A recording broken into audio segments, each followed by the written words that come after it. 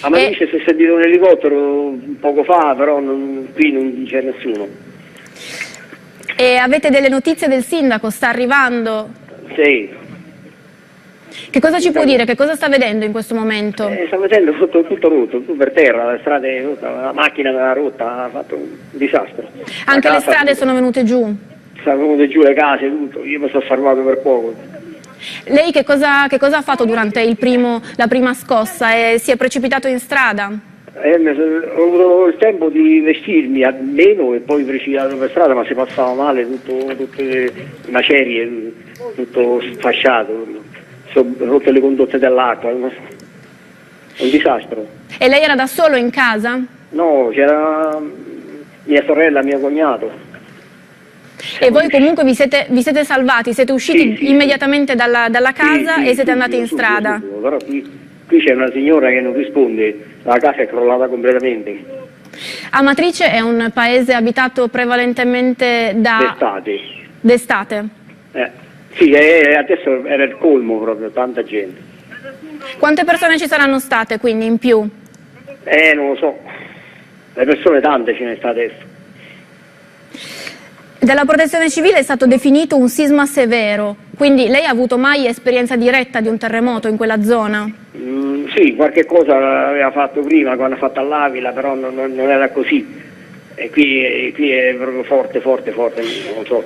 Le scosse che ci sono state nel 2009, quando poi c'è stato appunto il terremoto dell'Aquila, le avete sentite anche voi da Amatrice? Sì, però ha fatto qualche piccolo danno, ma... Ecco, noi adesso ci possiamo collegare al volo con il sindaco di Amatrice. Buongiorno. Buongiorno. Ha detto che cosa è successo ad Amatrice? Ha detto guardi, visto che voi ci potete dare una mano. Sembra essere uno dei comuni più colpiti dal sisma di questa notte. C'è stata la prima scossa alle 3:33 e noi abbiamo anche in diretta Dario Nanni, che è l'autore della foto che continuate a vedere sullo schermo. Buongiorno, che cosa sta vedendo? Che cosa ha visto quando ha scattato questa fotografia? Pronto? Sì.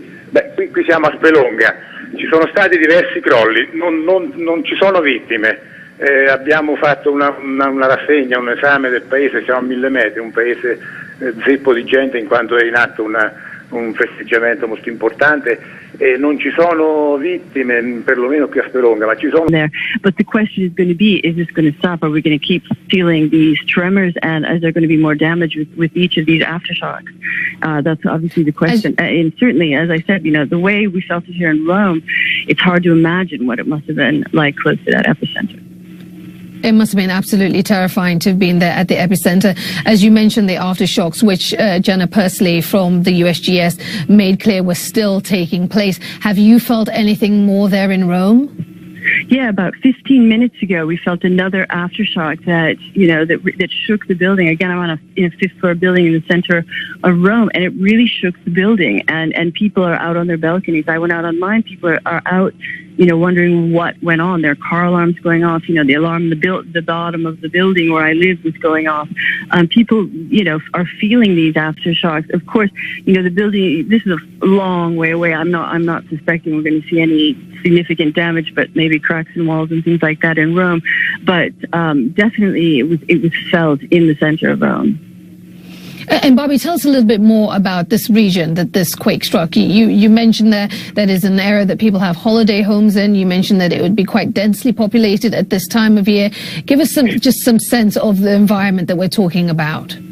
Right. This area where the epicenter was is in Umbria, which is a very popular tourist destination, almost as popular as Tuscany, really, where people come and spend, a couple of weeks in an agriturismo or have their mountain villages. People spend a lot of time out of the city in these areas during the summer. Very populated in that sense. Lots and lots of hotels. There will be lots of tourists who are enjoying the Italian countryside in these areas as well. And one of the the reasons people flock to the area is because of the architecture. It's so beautiful, these ancient churches, ancient buildings, old walls, cities, hilltop towns. All of these things that draw people there are also obviously going to be dangerous in a situation like an earthquake. And of course, authorities are going to not be able to just let people go back to business as usual, even if the aftershocks stop. They're going to have to make sure that there's no damage, no fissures in these old walls before they're able to, let people go back. If when we get to that point, we've seen this before. We saw it in L'Aquila in 2009. We saw it in Assisi. Those are two cities, in this general area that were heavily affected by earthquakes, and people still not living normally after those earthquakes. So again, though, people are used to it there in the sense that they'll be able to get civil protection authorities and emergency vehicles, in place at a very reasonable, I would guess, time.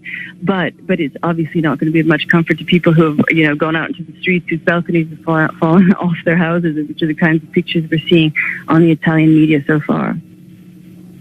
In a situation like this, as you mentioned, this is a quake zone. We saw something like this in L'Aquila in 2009. How does the emergency response play out? Is it led by local authorities? Is it directed from Rome? What can you tell us about, what might be happening in terms of an operation on the ground? Well, the Italian Prime Minister Matteo Renzi, his office has already announced that they're in touch with the local with the national civil protection authorities, which means it's going to be coming out of Rome. They will have people already there, by helicopter at this point, I would guess, coming from Rome, just to make sure that people are safe, that people aren't trapped, that buildings aren't on the verge of falling down.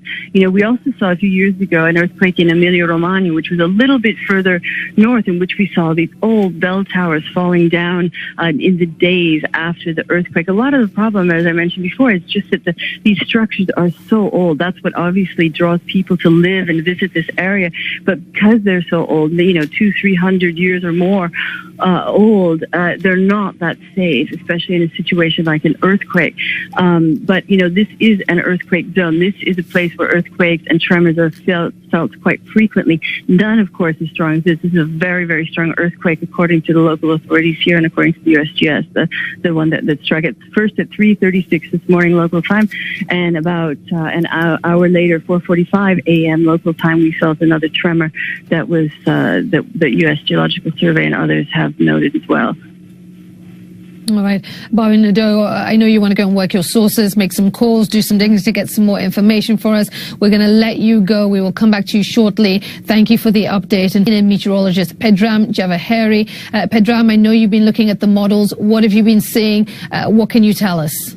Yeah, Aisha, it doesn't look good. The initial estimations on this from the USGS, and of course they have access to thousands of earthquakes in a similar magnitude in a similar location with whether it be geography or population exposed, and they are giving it a red alert, which is the highest alert for likelihood of damage, that being property damage, and of course the highest likelihood of fatalities as well, also in a red zone across this region. And you take a look at it, of course, as you heard in the previous discussion there with your phone call, Aisha, this is an area that is not only populated, but of course a lot of the buildings, historic in nature, very structures that are not going to be able to withstand the magnitude of shaking that we saw here, especially at the shallow nature of this earthquake, sitting less than 10 kilometers. So you're talking about much less buffering to take place from beneath the Earth's surface as this quake rocks this region. So sitting just a little over 100 kilometers away from a city of 2.5 million people being Rome, that's an incredible earthquake that's going to be felt quite a ways away, and particularly in Rome, where we know at least moderate shaking was felt.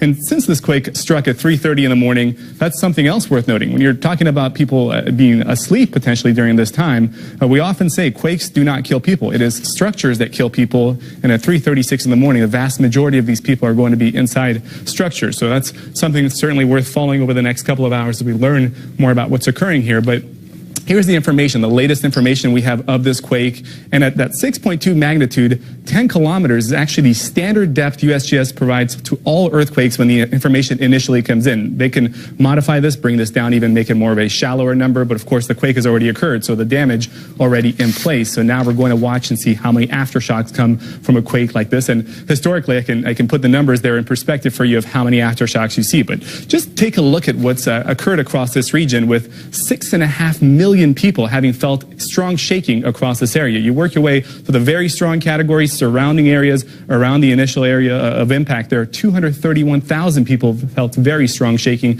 and even some people, about 10,000 folks, felt severe shaking. So that's why we think the highest potential for a loss of life and also property damage will be very close to the epicenter of this particular quake. And historically, when you have a 6.2, you bring down at least one aftershock within 1 order of magnitude less. That would be a 5.2. We have had an aftershock, I believe it was at about 5.6, that has occurred, and 2 other aftershocks have occurred since this quake in the last hour that have been in the 4 magnitude, which you would see typically 10 of.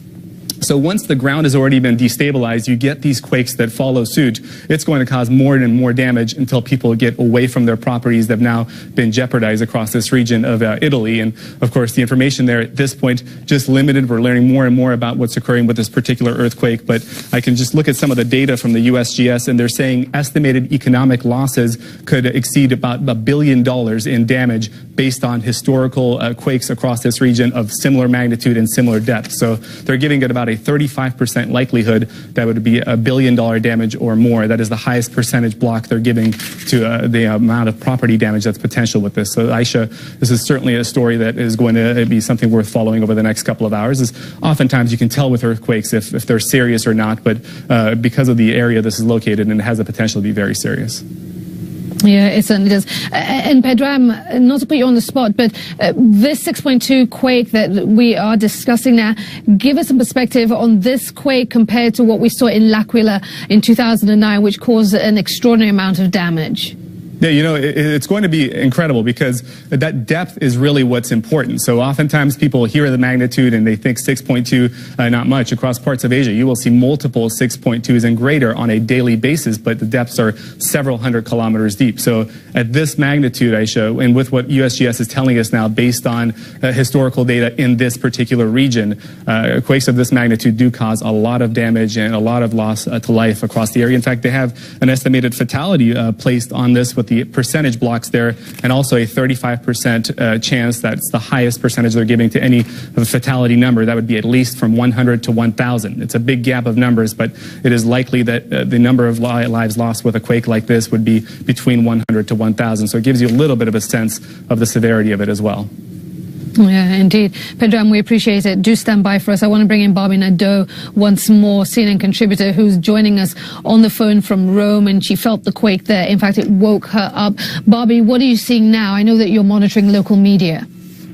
Yeah, no, the local media is showing more and more pictures, people sending in pictures. Most of what we're seeing are damaged cars, things that have fallen off buildings onto cars, balconies falling off, pieces of buildings falling off. We haven't seen any sort of pictures so far of any churches or any of the more historical buildings that may have been compromised in this earthquake. But you've got lots and lots of people tweeting, reporting, using social media to talk about what they felt from Rome to, especially in the areas right near the epicenter. I spoke